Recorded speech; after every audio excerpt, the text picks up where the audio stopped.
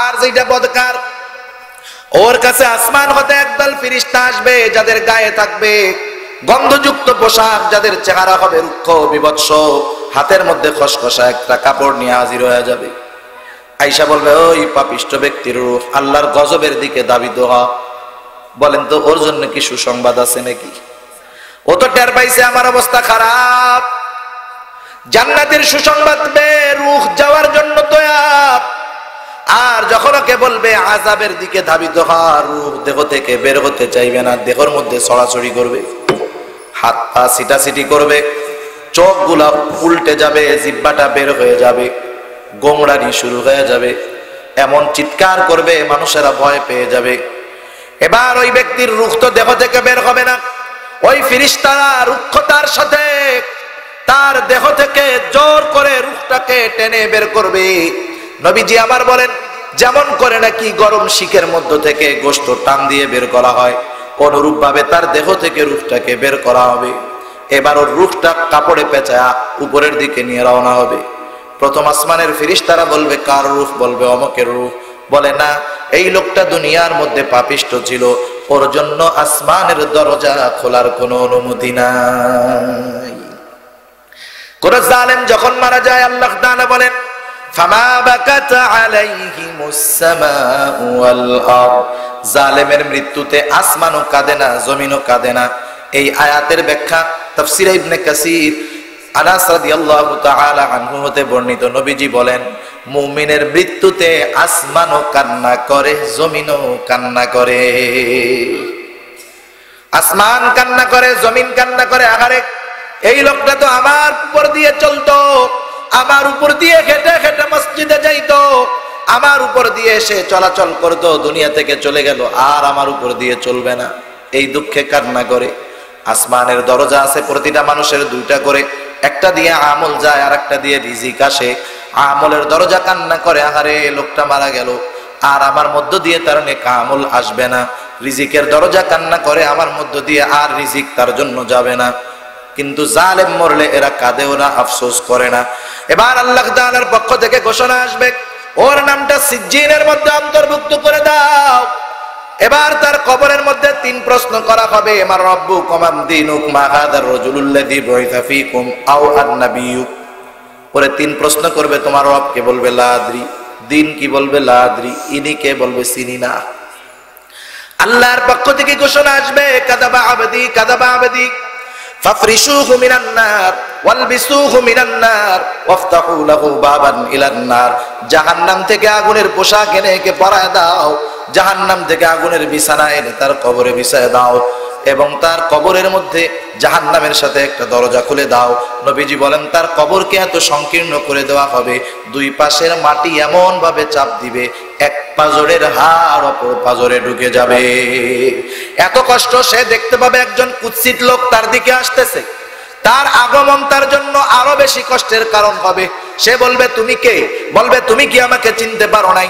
আমি তোমার দুনিয়ার খারাপ কর্ম, বদ আমল, আল্লাহ তাআলা তোমার বদ আমল গুলাকে বদসুরাত দিয়া তোমার কাছে আমাকে পাঠায় দিয়েছে।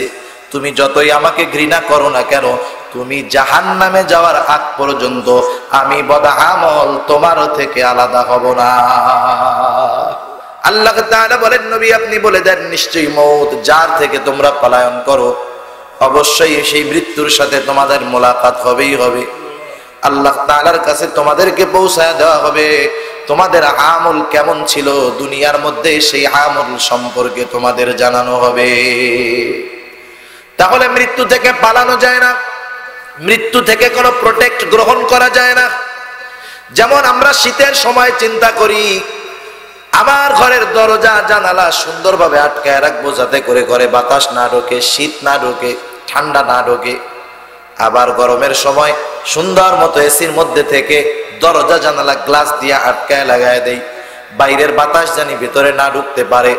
যতই প্রোটেক্ট গ্রহণ করে হয়তো দুনিয়ার শীত গরম থেকে বাঁচা যায়, কিন্তু কেউ যদি এমন কোথাও গিয়া লোকায় যেই জায়গায় বাতাস ঢুকতে পারবে না, চুল পরিমাণ ছিদ্র যদি না থাকে, ওই নিশ্ছিদ্র প্রোটেক্টের ভিতরে, সুরক্ষার ভিতরে মউত যখন চলে আসবে, মালাকুল মউত সে জায়গায় পৌঁছায় যাবে। আল্লাহ তাআলা বলেন আইনামা তাকুনু ইউদরিকুমুল মাউত ওয়ালাউ কুনতুম ফি বুরুজিম মুশাইয়াদা। আল্লাহ তাআলা বলেন আইনামা তাকুনু ইউদরিকুমুল মাউত ওয়ালাউ কুনতুম ফি বুরুজিম মুশাইয়াদা। কোথায় তুমি মরণ থেকে পালাবা? তুমি যদি সুদৃঢ় দুর্গের ভিতরে যদি পলায়ন করো, সুরক্ষিত দুর্গের ভিতরে যদি পলায়ন করো, তোমার যখন সময় চলে আসবে তখন মালাকুল মউত সেইখানে পৌঁছা যাবে।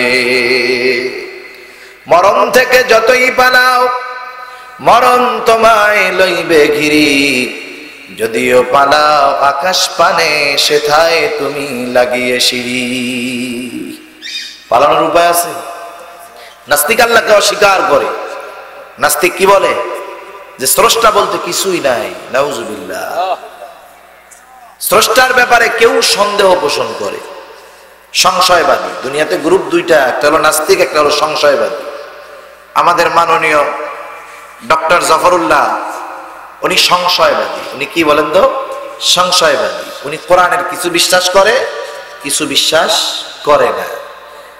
এরাও নাস্তিকদের অন্তর্ভুক্ত। কারণ কোরআনুল কারীমের নাস্তিক হওয়ার জন্য, কাফের হওয়ার জন্য গোটা কোরআন অস্বীকার করার কোনো প্রয়োজন নেই। আলিফ এতটুকু অবিশ্বাস করলে ও বেঈমান, ঠিক কিনা বলে? এই নাস্তিকরা অবিশ্বাস করে যে আল্লাহ নাই, দুনিয়া এমনিই চলতেছে। কিন্তু এই নাস্তিক মৃত্যুকে অস্বীকার করতে পারে? মৃত্যুর ব্যাপারে বেঈমান হওয়ার কোনো সুযোগ নাই। মৃত্যুর ব্যাপারে সবাই একমত, মরতেই হবে আজ অথবা কাল। এমন চূড়ান্ত বিষয় থেকে যখন মানুষ গাফেল থাকে, তখন এই মানুষটার চাইতে পোড়া কপালওয়ালা আর কেউ হতে পারে না, ঠিক না? সেজন্য মরণের জন্য তৈরি থাকার তো সব সময় প্রয়োজন। কিন্তু আফসোস, আজকে আমরা দুনিয়ার কর্মে এতটাই ব্যস্ত, আমি আমার মরণের কথা ভুলে গিয়েছি। এজন্য নবী বলেন আকসিরু যিকরা হাদিমিল লাযযাত, তুমি ওই জিনিসের বেশি বেশি স্মরণ করো যেই জিনিস সকল স্বাদকে বিনষ্ট করে দেয়, সকল স্বাদকে নষ্ট করে দেয়, ধ্বংস করে দেয়। ওই জিনিসের বেশি বেশি স্মরণ করো। এটা কি? এটা হলো মউত, এটা হলো মরণ। মরণের কথা বেশি বেশি স্মরণ করলে গুনাহ করা কঠিন না সহজ? জোরে বলেন। আর যদি কোথাও গিয়ে আমরা কারো মৃত্যু দেখতে পারি, কার মৃত্যু কেমন হলো, সবার মৃত্যু সেম কোয়ালিটির হবে না।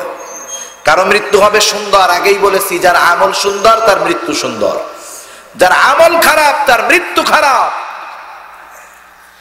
আল্লাহ রাব্বুল আলামিন সেই জন্য যেই আয়াতটা তিলাওয়াত করেছে, এই আয়াতের মধ্যে আল্লাহ তাআলা জানিয়ে দিয়েছেন কাদের মৃত্যু সুন্দর হবে। আবার আমরা এটাও জানবো কাদের মৃত্যু কষ্টের হবে। আল্লাহ তাআলা জানায় দেন ইন্নাল্লাযীনা ক্বালু রাব্বুনাল্লাহ। আল্লাহ তাআলা বলেন নিশ্চয়ই যারা বলে আমাদের রব হলো আল্লাহ। আমাদের রব কে? আল্লাহ। আর জবান খুলে বলেন আমাদের রব কে? আল্লাহ।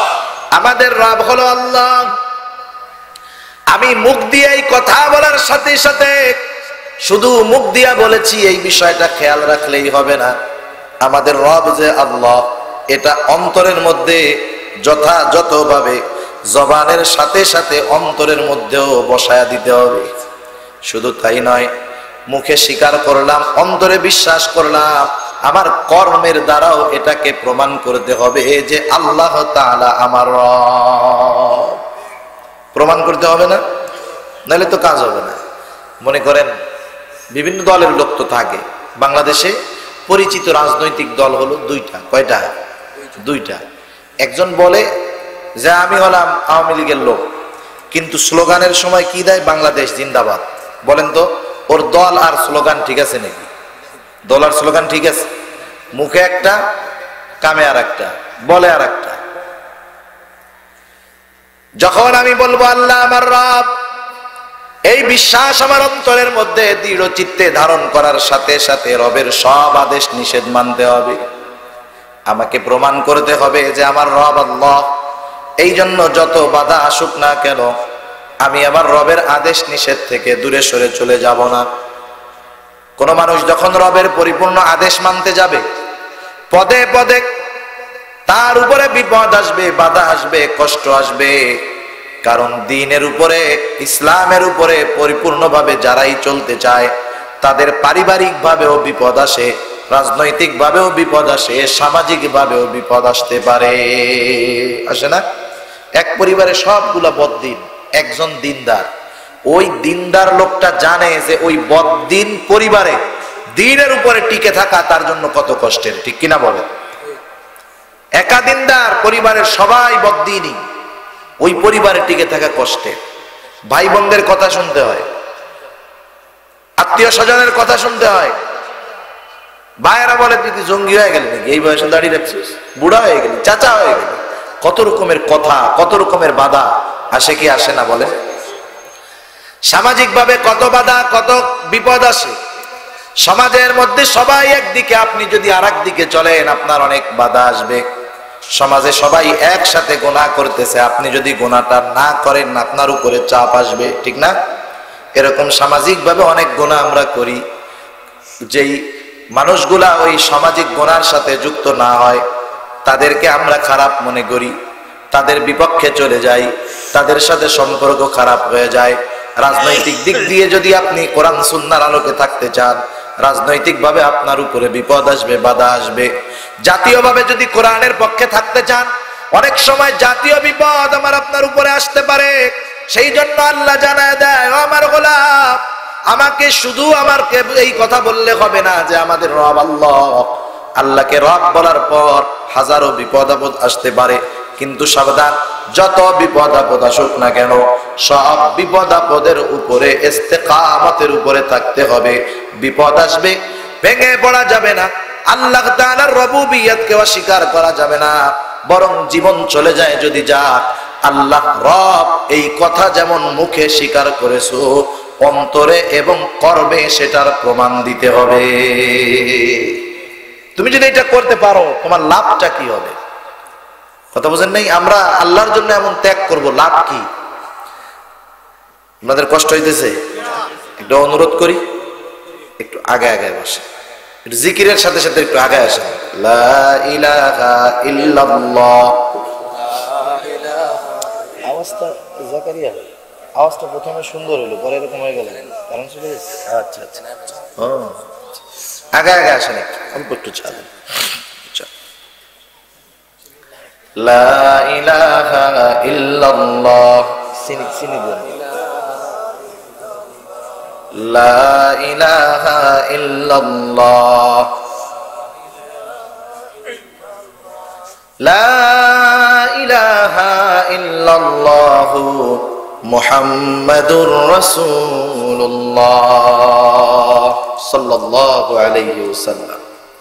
তাহলে আল্লাহকে রব বলে স্বীকার করলে দুনিয়ার মধ্যে হাজারো বিপদ আপদ আসতে পারে, ঠিক কিনা বলেন?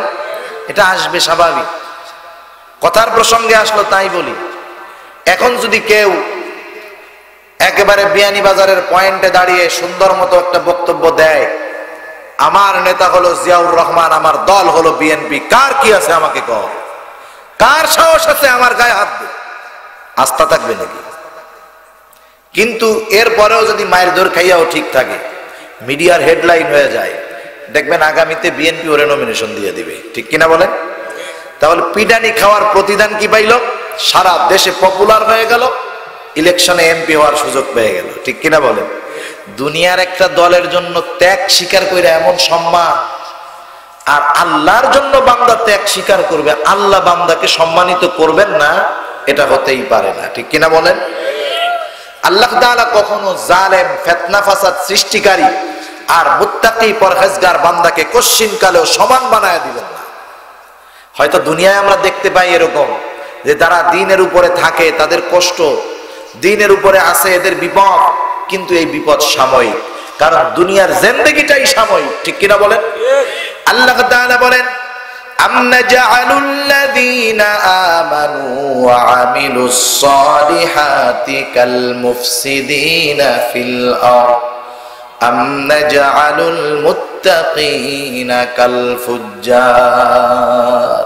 আল্লাহ তাআলা বলেন, যারা ফুজ্জার, পাপী, তাদেরকে আমি কখনো মুত্তাকিদের সমকক্ষ বানায় দিব না, মুত্তাকিদের তাদের সমকক্ষ বানায় দিব না। আল্লাহ এটা করবেন না। সেজন্য যেই মানুষগুলা বলবে আমার রব আল্লাহ, এই কথার ঘোষণা অতীতে যারাই দিয়েছে তাদের উপরে বিপদ এসেছে, ঠিক কিনা বলেন? যেই মানুষগুলা মক্কায় প্রভাব ছিল, পাওয়ার ছিল, তাদের কত সমাদর ছিল, তাদের কত সম্মান ছিল। আবু বকরের মতো নরম মানুষ, ভদ্র মানুষ, শরীফ মানুষ, দানশীল মানুষ, ওই ব্যক্তিও যখন বলেছে আমার রব আল্লাহ, লা ইলাহা ইল্লাল্লাহ যখন বলেছে, আরবের খারাপ মানুষগুলা আবু বকরের মতো দানশীল ভদ্র নরম মানুষটাকেও ছেড়ে দেয় নাই। সেজন্য যারাই বলবে আমার রব আল্লাহ, এই কথা বলার পর রবের সব আদেশ মানতে যাবে, তাদের উপরে বাধা আসতেই পারে। কিন্তু আল্লাহ জানায় দেন, বান্দা কষ্ট করে তুমি সেই কষ্ট করবা, সবর করবা, সেই বাধা বিপত্তি উপেক্ষা করে দিনের উপরে থাকবা, তোমার জন্য আমি আল্লাহর কোনো প্রতিদান নাই। প্রথম প্রতিদান কি শুনে নাও। আল্লাহ তাআলা বলেন সুম্মাস্তাকামু, তুমি এই রব বলে স্বীকার করার পর এই কথার উপরে অটল থাকবা।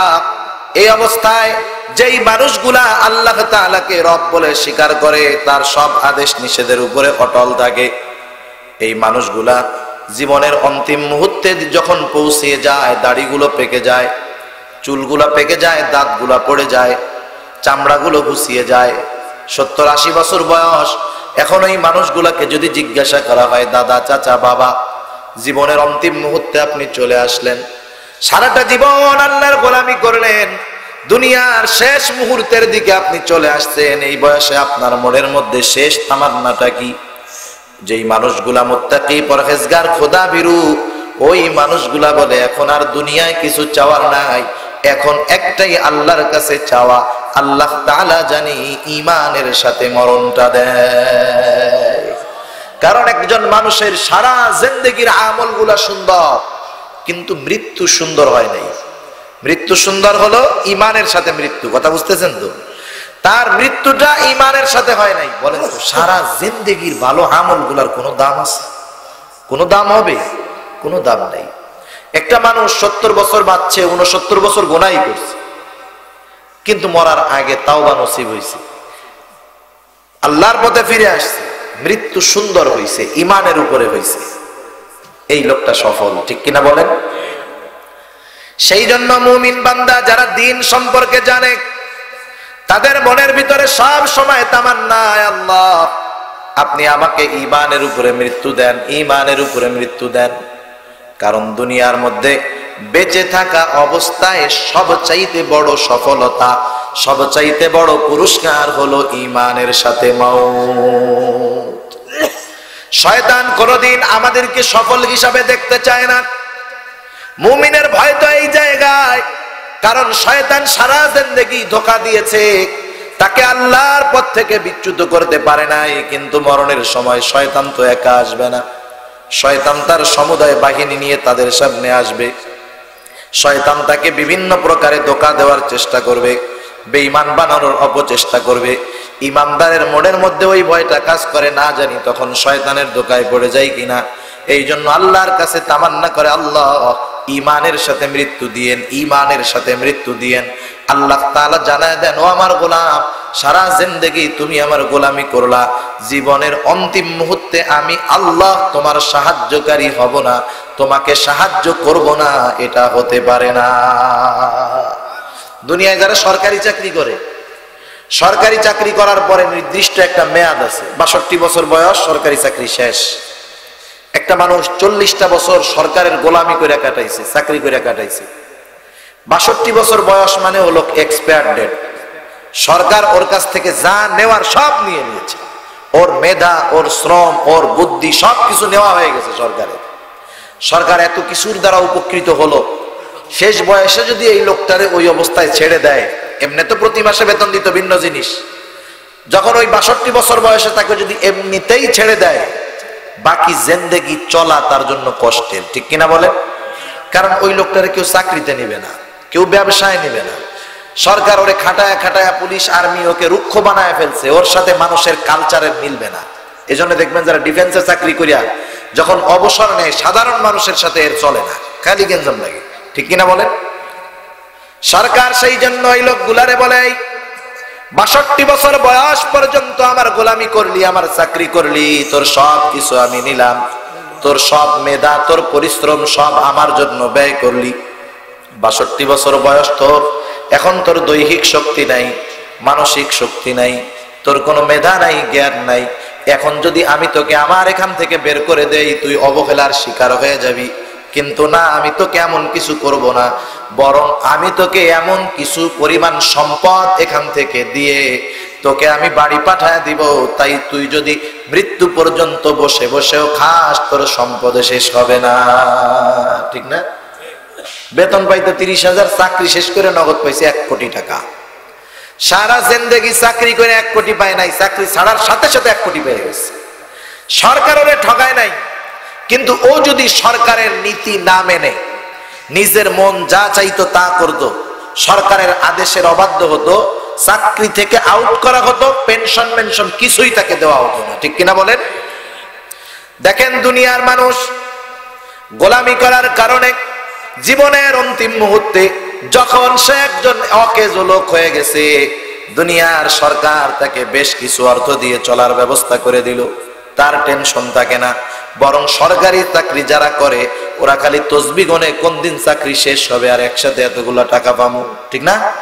খালি তসবিহ গুনতে থাকে, এই যে ডেট শেষ হবে এতগুলা টাকা পাবো। চাকরি করে যেই আরাম, চাকরি ছাড়ার সময় আরো বেশি খুশি। ঠিক কিনা বলেন? কেন? অনেক টাকা একসাথে পাবো, টেনশন নাই। চিন্তা করেন, চাকরি করার সময় যেই খুশি, চাকরি ছাড়ার সময় তার চাইতে বেশি খুশি। ইমানদারের অবস্থাও এরকম হবে। দুনিয়ার ওই চাকরিজীবী জানে চাকরি ছাড়ার পর আমি তো অনেক সম্পদ পাবো। আল্লাহর গোলাম যারা, ওরাও জানে আমি দুনিয়ার মধ্যে নেক আমল করেছি, যদি ইমানের সাথে মওত নসিব হয়ে যায় আমার এর চাইতে আনন্দের আর কিছু হতে পারে কি? এই জন্য শয়তান ও তার বাহিনী নিয়ে একসাথে চেষ্টায় থাকে কেমনে ওকে ইমান থেকে বিচ্যুত করা যায়।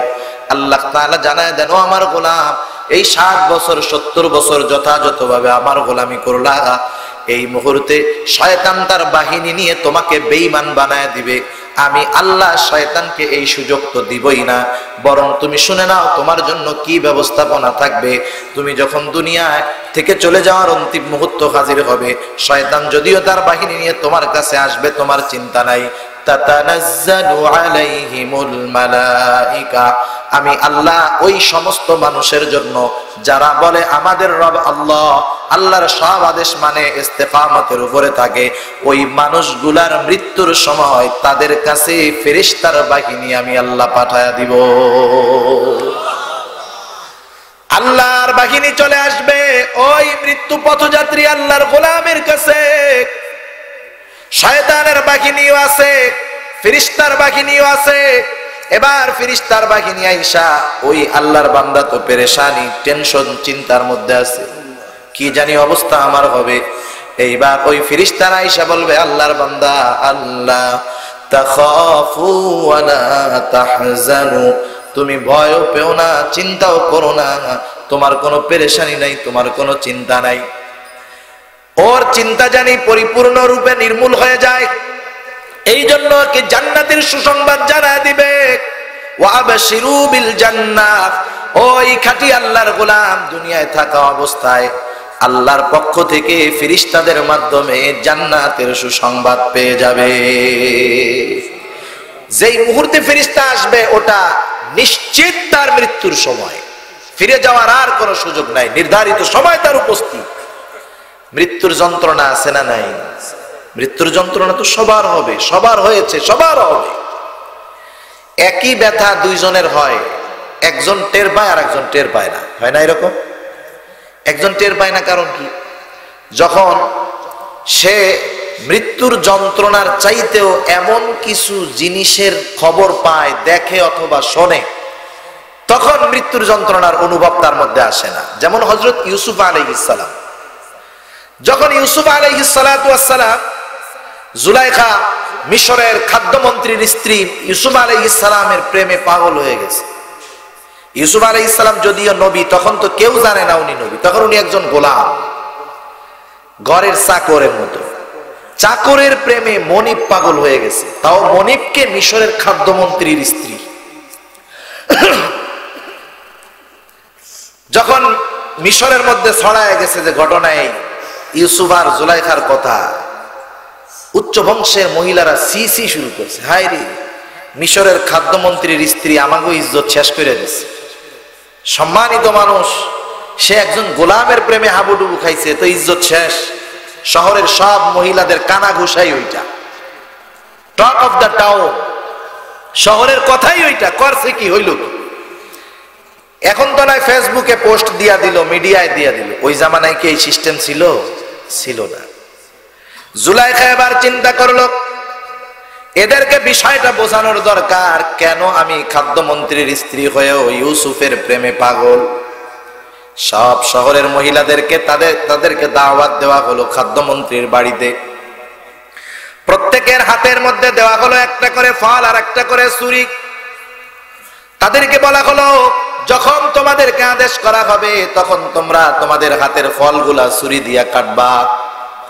প্রত্যেকের হাতে ছুরি এবং ফল। জুলাইখা এবার ইউসুফ আলাইহিস সালামকে তাদের সামনে হাজির করলো। সবার নজর ইউসুফ আলাইহিস সালামের দিকে। আদেশ করা হলো যার যার হাতে ফল আছে ছুরি দিয়া কাটো। মহিলারা ফল কাটা শুরু করলো। ইউসুফ আলাইহিস সালামের দিকে তাকিয়ে ফল কাটা কোথায়, নিজেদের হাত কেটে জর্জরিত হয়ে গেল রক্তে। কিন্তু ইউসুফ আলাইহিস সালামের সৌন্দর্যের মাধুর্যতার মধ্যে তারা এতটা বিমোহিত, হাত কাটতেছে কিন্তু ইউসুফ আলাইহিস সালামের চেহারায় মুগ্ধ হয়ে হাত কাটা টের পায় না। দেখে কয় হারে এ তো একজন ফেরেশতাও মানুষ হইতে পারে না। ইউসুফ আলাইহিস সালামকে সরায় নেওয়া হলো। এবার জুলাইখা বলে কি কেটেছো? এক একজন হাত কেটে রক্তাক্ত বানায় ফেলছে, তারা টের পায় নাই। আমি আপনি যদি সুই দিয়ে একটু খোঁচা দেই ব্যথা লাগবে নাকি? নিজের হাত নিজে কাটা যেন তেন ব্যাপার না। কিন্তু ইউসুফ আলাইহিস সালামকে যখন দেখছে তার সৌন্দর্যে এতটা মুগ্ধ হয়ে গেছে, ফল কাটার পরিবর্তে হাত কেটে ফেলছে কিন্তু টের পায় নাই। কষ্ট ঠিকই হয়েছে কিন্তু ওই সৌন্দর্যের সামনে কষ্ট বিলীন হয়ে গেছে, ঠিক না? আচ্ছা, আপনাদের এলাকায় লাইটে যত আলো, মনে করেন 1,00,000 ওয়াটের একটা লাইট জ্বালানো হয়েছে আর সুন্দর মতো সূর্যটা ক্লিয়ার ভাবে উঠছে, 1,00,000 ওয়াটের লাইটের কোনো দাম আছে? সূর্যের আলোর সামনে কোনো বেল নাই, কোনো দাম নেই। সূর্যের আলো পড়ার সাথে সাথে ওইটা ছোট্ট একটা ওই খেলনার মতো হয়ে যায়। যখন বেশিটা আসে কমটার উপস্থিতি টের পাওয়া যায় না। যখন নিয়ামত বেশির খবর আসে তখন কষ্টটার অনুভব আর হয় না। মুমিন বান্দার তো মৃত্যুর কষ্ট হবে কিন্তু জান্নাতের সুসংবাদ যখন শুনবে, মৃত্যুর কষ্ট হবে কিন্তু জান্নাতের সুসংবাদ পাওয়ার কারণে ওই মৃত্যুর কষ্ট তার অনুভব হবে না। আয়েশা সংবাদ দান করবে, ওয়াবাশিরু বিল জান্নাহ, জান্নাতের সুসংবাদ দিবে মুমিন ব্যক্তিকে। শুধু তাই নয়, বলবে কোন জান্নাত জানো? আল্লাতী কুনতুম তুআদুন, যেই জান্নাতের ওয়াদা, যেই জান্নাতের প্রতিশ্রুতি আল্লাহ তাআলা তোমাদেরকে দিয়েছে। কারণ মুমিন নেক আমল করবে, ঈমানের উপরে থাকবে, নেক আমল করবে, তার জন্য জান্নাত এই ওয়াদা দিয়েছে কে? কোরআনুল কারীমের মধ্যে অনেক জায়গায় ঈমান ও নেক আমলের প্রতিশ্রুতি হলো জান্নাত। ওকে বলা হবে তুমি ভয় পাও না, নাহনু আউলিয়াউকুম ফিল হায়াতিদ দুনিয়া ওয়া ফিল আখিরাহ, আখিরাতেও তোমার বন্ধু। আর ওই জান্নাতের মধ্যে কি আছে জানো? ওয়ালাকুম ফিহা মা তাশতাহি আনফুসুকুম ওয়ালাকুম ফিহা মা তাদউন। সোজা কথায় জান্নাতে আছে কি? মন যা চায় সব আছে। সুবহানাল্লাহ। দুনিয়ায় যা মন চায় তাও আছে, জান্নাতে যায় যা মন চাবে তাও আছে। দুনিয়ায় কত কিছু আমাদের মন চায়, কিন্তু দুনিয়ায় মন চাইলেই কি পাওয়া যায় নাকি? পাওয়া যায়? সেলুনের দোকানগুলাই গুলো দেখবেন 60 বছরের মুরব্বীও যুবক থাকতে যায়। সুন্দর মতো যাইয়া সেলুনওয়ালারে কি কয়, ওই এমন ভাবে কলপ মারবি জানি বয়সটা টের না পাওয়া যায়, ঠিক কিনা বলেন? কত সুন্দর ভাবে কলপ মারে, বুড়া হইতে চায় না। দুনিয়ায় সবাই চায় যে আমার যৌবনটা দীর্ঘস্থায়ী হোক, কিন্তু বয়সের সাথে সাথে সময়ের আবর্তনে যৌবন থাকে যত শক্তিশালী হোক বৃদ্ধ হতেই হয়। দুনিয়ায় কেউ বুড়া হইতে চায় না, আর আল্লাহ বলে জান্নাতে ঢুকবা যুবক হবা, জিন্দেগিতে বুড়া হবা না। সুবহানাল্লাহ। দুনিয়ার মধ্যে কেউ চায় না যে আমার রোগ হোক, কেউ চায় না আমার কষ্ট হোক, কেউ চায় না অশান্তি হোক। দুনিয়ায় মন চায়, কিন্তু দুনিয়ায় সুস্থ থাকা যায় না। প্রত্যেকেই কোনো না কোনো রোগে আক্রান্ত থাকেই, কিন্তু জান্নাত ওখানে কোনো রোগই নাই। সুবহানাল্লাহ। কত কিছু মন চায় দুনিয়ায়, সব জান্নাতে। জান্নাতে শুধু সালাম আর সালাম, শান্তি আর শান্তি। সুবহানাল্লাহ বলে। দুনিয়ায় সুখ আছে, শান্তির অভাব। এই যে লাইট, গাড়ি, বাড়ি, প্লেন, মোবাইল, এগুলো সুখের আসবাব, শান্তির আসবাব না। শান্তি অন্য জিনিস, জান্নাতে আছে শান্তি। সুবহানাল্লাহ বলে। এখন তো মুমিন ব্যক্তি, তার অবস্থা তো এইরকম। সর্বশেষ একটা হাদিস আপনাদের খেদমতে পেশ করে আলোচনা শেষ করব। রাসূলুল্লাহ সাল্লাল্লাহু আলাইহি ওয়াসাল্লাম জানায় দিয়েছেন কার মৃত্যুটা কেমন হবে।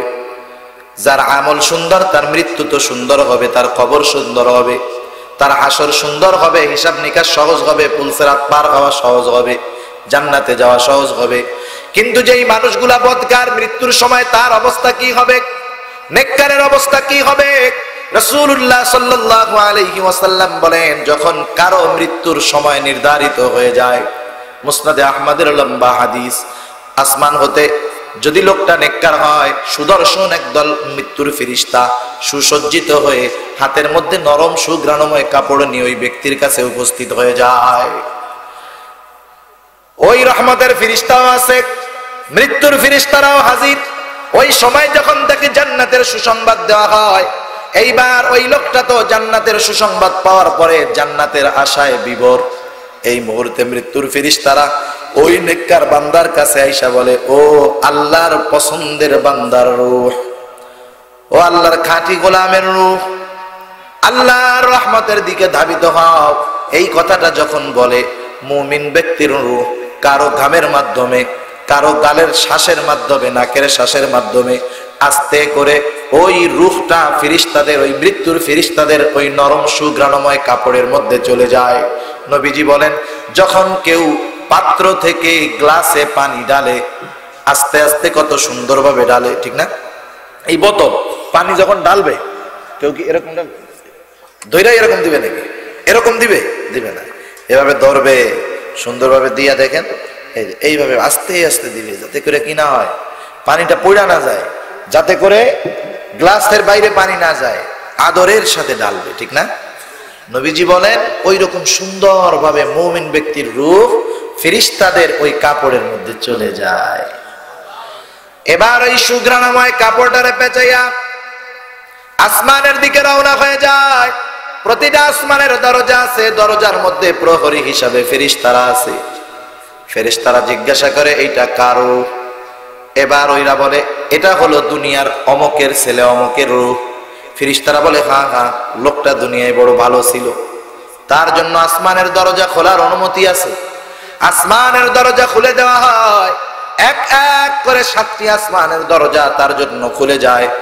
আল্লাহর পক্ষ থেকে ঘোষণা হয়, যাও আমার এই বান্দার নামটা ইল্লিনের মধ্যে অন্তর্ভুক্ত করে দাও। এবার তার প্রশ্নের জবাব, সওয়াল জবাব শুরু হবে। 3টা প্রশ্নের জবাব সবাইকে দিতে হবে। দুনিয়ার পরীক্ষার প্রশ্নের জবাব মুখস্থ করলে দেওয়া যায়, ভালো মতো লেখাপড়া করলে দেওয়া যায়, কিন্তু কবরের প্রশ্নের জবাব শুধু মুখে বলার সাথে সম্পৃক্ত নয়। যার আমল যেমন হবে, কবরের প্রশ্নের জবাবটাও তার তেমন হবে। ওগুলো আমলের সাথে নির্ভর করতেছে। এজন্য বলে আইয়ুকুম আহসানু আমালা, পরীক্ষা করার জন্য কার আমল কত সুন্দর। যারা আমল সুন্দর, পরীক্ষায় প্রশ্নের জবাব তার সহজ, ঠিক কিনা বলেন? প্রশ্ন করবে, মার রব্বুক, তোমার রবকে।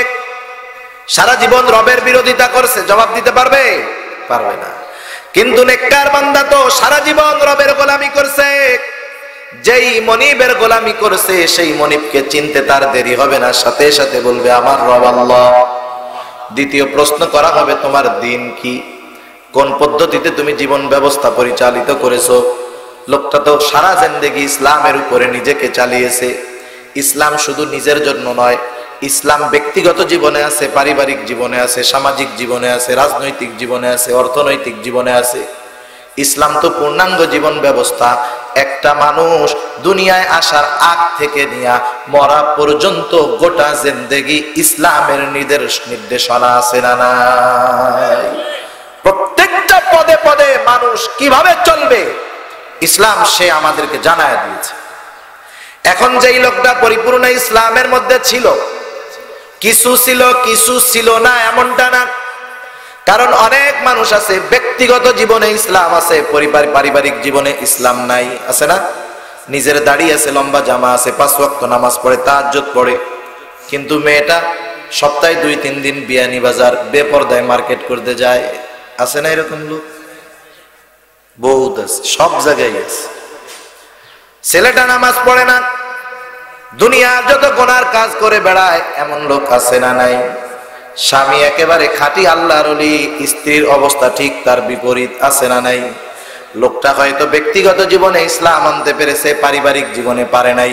কিন্তু যার পারিবারিক জীবন, রাজনৈতিক জীবন, সামাজিক জীবন সব জায়গায় ইসলাম থাকবে, ওই লোকটা জবাব দিবে আমার দিন হলো ইসলাম। কারণ ইসলামই একমাত্র পূর্ণাঙ্গ জীবন ব্যবস্থা, এছাড়া দুনিয়ার অন্য কোনো জীবন ব্যবস্থা পূর্ণাঙ্গ নয়। তৃতীয় প্রশ্ন, তোমার নবীকে অথবা নবীজিকে দেখায় বলা হবে মা হাদার রাজুলুল্লাযী বুইসা ফীকুম, এই লোকটাকে যাকে তোমাদের কাছে প্রেরণ করা হয়েছিল। যদি সে সুন্নাহর উপরে চলে থাকে, নবীর আদর্শ অনুযায়ী চলে থাকে, নবীর মুহাব্বত অন্তরের মধ্যে রেখে থাকে, ও বলবে ইনি তো আমাদের নবী মুহাম্মাদুর রাসূলুল্লাহ। প্রশ্নের জবাব দিল পাস না ফেল? পাস হয়ে গেল। আল্লাহর পক্ষ থেকে ঘোষণা আসবে সাদাকা আবদি সাদাকা আবদি ফাফরিশুহু মিনাল জান্নাহ ওয়ালবিসুহু মিনাল জান্নাহ ওয়াফতাহু লাহু বাবান ইলাল জান্নাহ। আল্লাহর পক্ষ থেকে ঘোষণা আসবে যাও তার জন্য জান্নাত থেকে বিছানা বিছায় দাও, তার কবরে তাকে জান্নাতি পোশাক এনে পরায় দাও, তার কবরের সাথে জান্নাতের দরজা খুলে দাও। এই লোকটার কবরটা হয়ে যাবে একটা জান্নাতের বাগান, কবরটা হবে সুন্দর, ঠিক কিনা? কেন? দুনিয়ায় তার আমল সুন্দর। এই লোকটা জান্নাতের মধ্যে ঘুমাইতে থাকবে, ফেরেশতারা বলবেন উমকানাউমিল আরুস, ঘুমাতে থাকো যেমন করে নতুন দোলা ঘুমায়। নবীজি বলেন তার কবরকে এত দূর পর্যন্ত বিস্তৃত করে দেওয়া হবে যত দূর পর্যন্ত তার দৃষ্টি সীমা যায়। যদিও আমরা দেখতে পারি না, কারণ কি? মৃত্যু পরবর্তী সময়টাকে বলা হয় আলমে বরজখ। কবরে রাখুক, পুড়ায়া দিক, সমুদ্রে ফালায়া দিক, যে অবস্থায় হোক না কেন, মূল জগৎটা আলমে বরজখ। কবরে হোক আর যেখানেই রাখুক, যার নির্ধারিত শাস্তি আছে ওই অবস্থায় তার শাস্তি হবে। মানুষ যখন মারা যায় আমরা কি বলি? মানুষ ইন্তেকাল করছে। ইন্তেকাল বলে না? ইন্তেকাল হলো স্থানান্তরিত হওয়া, এক জায়গা থেকে আরেক জায়গায় যাওয়া। আমরা দুনিয়ার মধ্যে কিছুদিন ছিলাম, এখান থেকে আলমে বরজখে আমরা গেছি। আলমে বরজখটা আল্লাহ তাআলা আমাদের চক্ষুর অন্তরালে রাখছেন। যেমন জিন জাতি আছে, জিন আছে না? দুনিয়ার অনেক আধুনিক শিক্ষিত দিনদার নামাজি নিজেকে পরিচয় দেয়, কিন্তু এরকম বলে জিন টিন বলে আমার কিছু বিশ্বাস হয় না। এমন মানুষ আছে না নাই? নামাজি মানুষ এ কথা বলে, ও বোঝে না। ও যখন বলল জিন কিছু নাই, ও কোরআনকে অস্বীকার করলো। কোরআনুল কারীমের মধ্যে একটা সূরা আছে, সূরার নাম হলো সূরা জিন। আল্লাহর নবী জিনদের কাছে দ্বীনের দাওয়াত পৌঁছায়া দিয়েছেন। সেজন্য জিনদের মারামারি হয়, বিয়ে শাদী হয়, খেলাধুলা হয়, ওয়াজ মাহফিল হয়, সব হয়। আমরা দেখতে পারি না। আল্লাহ আমাদের চোখের অন্তরাল করে রাখছেন। আলমে বরজখটা এরকম, ওখানে সুখ আছে, শান্তি আছে, কষ্ট আছে, শাস্তি আছে, কিন্তু মানুষ দেখতে পারে না। সে তো কবর জান্নাতের বাগান, সুখ বিস্তারিত হয়ে যায়। কবরে সে একা নয়, সে দেখতে পায় যে তার দিকে হঠাৎ সুন্দর একটা সুদর্শন মানুষ তার দিকে আসতেছে। দেখার পরে ভালো লাগে। কিছু মানুষের আগমন আমাদেরকে আনন্দিত করে, আবার কিছু মানুষের আগমন আমাদেরকে কষ্ট দেয়, হয় কি হয় না? এবার ওই সুন্দর সুদর্শন লোকটাকে দেখা ওই খবরওয়ালা বলবে বাইরে তুমি কে? এবার ওই ব্যক্তি বলবে তুমি কি আমাকে চিনতে পারো নাই? বলে না না, এত সুন্দর চেহারা তোমার, কে তুমি? এবার ওই আগন্তুক বলবে আমি হলাম তোমার দুনিয়ার সুন্দর সুন্দর আমল, নেক আমল। তুমি আমাকে চিনতে পারো নাই। আল্লাহ তাআলা তোমার সুন্দর আমলগুলাকে সুন্দর সূরাত দিয়া তোমার কাছে পাঠায় দিয়েছে। তুমি ভয় পেও না, আমি তুমি জান্নাতে না যাওয়ার আগ পর্যন্ত আমি নেক আমল তোমার থেকে আলাদা হব না। আর যেটা বদকার, ওর কাছে আসমান হতে একদল ফেরেশতা আসবে যাদের গায়ে থাকবে গন্ধযুক্ত পোশাক, যাদের চেহারা হবে রুক্ষ বিভৎস, হাতের মধ্যে খসখসা একটা কাপড় নিয়ে হাজির হয়ে যাবে। আয়েশা বলবে, ওই পাপিষ্ঠ ব্যক্তির রূহ আল্লাহর গজবের দিকে ধাবিত হয়। বলেন তো ওর জন্য কি সুসংবাদ আছে নাকি? ও তো টের পাইছে আমার অবস্থা খারাপ। জান্নাতের সুসংবাদ বে রূহ যাওয়ার জন্য তৈয়ার। আর যখন ওকে বলবে আযাবের দিকে ধাবিত হওয়ার, রূহ দেহ থেকে বের হতে চাইবে না, দেহের মধ্যে ছড়াছড়ি করবে, হাত পা সিটাসিটি করবে, চোখগুলা উল্টে যাবে, জিহ্বাটা বের হয়ে যাবে, গোংড়ানি শুরু হয়ে যাবে, এমন চিৎকার করবে মানুষেরা ভয় পেয়ে যাবে। এবার ওই ব্যক্তির রূহ তো দেহ থেকে বের হবে না, ওই ফেরেশতারা রুক্ষতার সাথে তার দেহ থেকে জোর করে রূহটাকে টেনে বের করবে। নবীজি আবার বলেন, যেমন করে নাকি গরম শিকের মধ্য থেকে গোশত টান দিয়ে বের করা হয়, অনুরূপ ভাবে তার দেহ থেকে রূহটাকে বের করা হবে। এবার ওর রূহটা কাপড়ে পেঁচায়া উপরের দিকে নিয়ে রওনা হবে। প্রথম আসমানের ফেরেশতারা বলবে, কার রূহ? বলবে অমকের রূহ। বলে না, এই লোকটা দুনিয়ার মধ্যে পাপিষ্ঠ ছিল, ওর জন্য আসমানের দরজা খোলার কোনো অনুমতি নাই। কোন জালেম যখন মারা যায় আল্লাহ তাআলা বলেন, ফামা বাকাত আলাইহিমুস সামাউ ওয়াল আরদ, জালেমের মৃত্যুতে আসমানও কাঁদে না, জমিনও কাঁদে না। এই আয়াতের ব্যাখ্যা তাফসীর ইবনে কাসির আনাস রাদিয়াল্লাহু তাআলা আনহু হতে বর্ণিত, নবীজি বলেন, মুমিনের মৃত্যুতে আসমানও কান্না করে, জমিনও কান্না করে। আসমান কান্না করে, জমিন কান্না করে। আহারে, এই লোকটা তো আমার উপর দিয়ে চলতো, আমার উপর দিয়ে হেঁটে হেঁটে মসজিদে যাইতো, আমার উপর দিয়ে এসে চলাচল করতো, দুনিয়া থেকে চলে গেল, আর আমার উপর দিয়ে চলবে না। এই দুঃখে কান্না করে। আসমানের দরজা আছে প্রতিটা মানুষের দুইটা করে, একটা দিয়ে আমল যায় আর একটা দিয়ে রিজিক আসে। আমলের দরজা কান্না করে, আহারে লোকটা মারা গেল, আর আমার মধ্য দিয়ে তার নেক আমল আসবে না।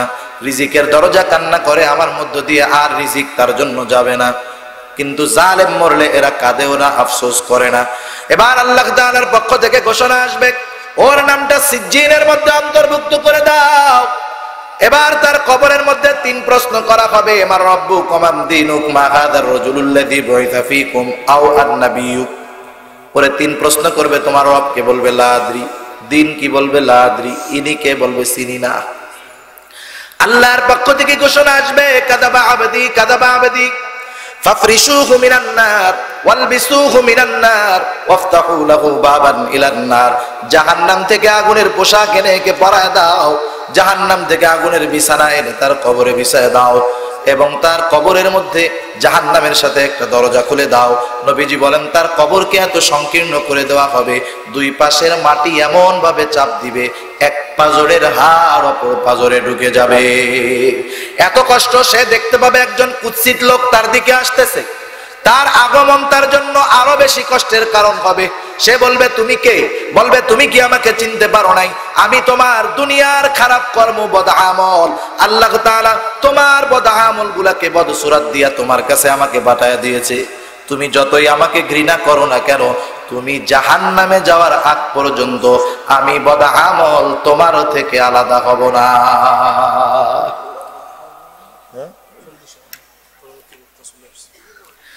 আমি বদ আমল তোমাকে জাহান্নামে না পৌঁছাইয়া আলাদা হব না। এখন বলেন, মরণ তো সবার হবে, কবরে যাইতে হবে। সবার কবর কি সমান হবে?